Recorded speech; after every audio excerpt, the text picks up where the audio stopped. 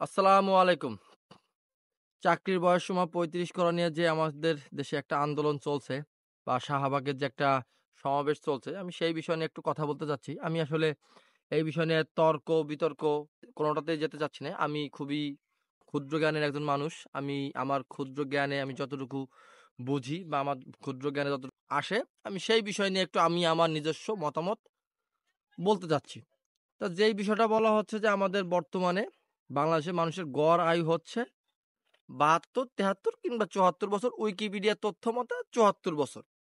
যেটা আমাদের বাংলাদেশের আগে মানুষের গড় আয়ু ছিল ৫৭ বছর। সেই সময় এই চাকরির বয়সসীমা ৩০ করা হয়েছিল। তো যেহেতু সেই ৫৭ থেকে এখন আমাদের বাংলাদেশের মানুষের গড় আয়ু ৭৪ এই গেছে। তো তাহলে কেন চাকরির বয়সসীমা ৫ বছর বাড়ানো হবে না? এটা নিয়ে একটা আন্দোলন হচ্ছে এবং এখানে বলা হচ্ছে যে এই বয়সসীমা কম হওয়ার কারণে অনেক বেকারত্বের সংখ্যা বাড়তেছে যারা চাকরি পাচ্ছে না।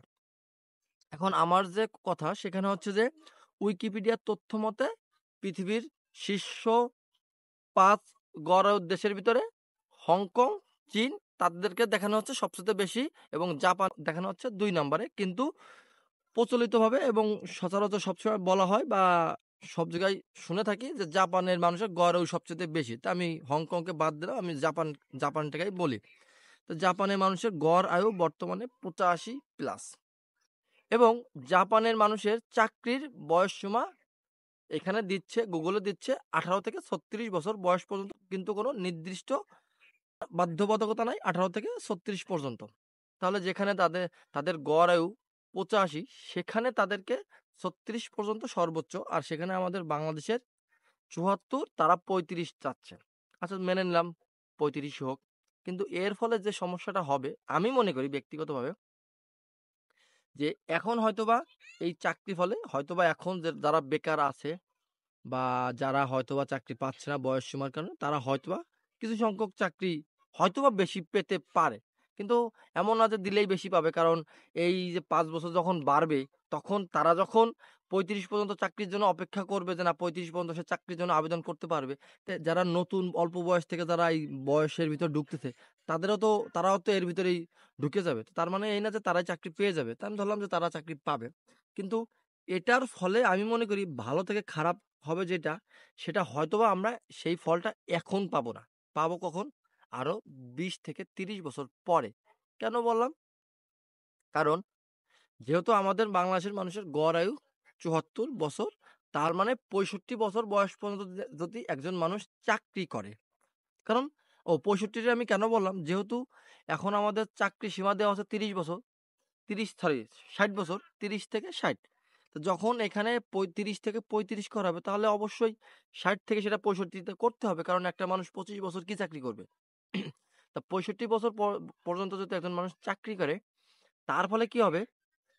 যে বৃদ্ধ যারা বয়স্ক হয়ে গেছে, তারা কিন্তু চাকরির আসনগুলো আছে বা যেখানে জনবল দরকার, সেগুলো কিন্তু তারাই দখল করে বসে থাকবে। কারণ চাকরি তো একটা সার্কেলের মতো। যারা বয়স্ক তারা অবসরে যাবে, যারা নতুন তারা ঢুকবে। এটা তো আর এমন না যে নতুন করে এখানে লোক দিবে। হ্যাঁ, নতুন নিয়োগের ক্ষেত্রে যদি তৈরি হয় সেখানে নতুন লোক নিয়োগ দেয়। কিন্তু সেটা তো খুব সীমিত সংখ্যক। কিন্তু তাছাড়া তো সবই এক পক্ষ অবসরে যাবে, নতুন আরেক পক্ষ ঢুকবে। তাহলে যদি ৬৫ বছর বয়স পর্যন্ত যদি যারা চাকরিজীবী তারা যদি ওইখানে অবস্থান করে, তাহলে কিন্তু যারা নতুন চাকরির জন্য প্রস্তুতি নিচ্ছে তাদের কিন্তু সংখ্যা বাড়তে থাকবে। কারণ তারা অবসরে না গেলে তো এই লোকগুলো চাকরিতে ঢুকতে পারতেছে না। তা আমি মনে করি তার ফলে কি হবে? আরো ২০ থেকে ৩০ বছর পরে এইটা বা আরো ১০ বছর পরেই এই বেকারত্বের সংখ্যা আরো বাড়বে। কারণ তারা তো অবসরে যাচ্ছে না। তারা যদি অবসরে না যায়, নতুনরা কিভাবে চাকরিতে ঢুকবে?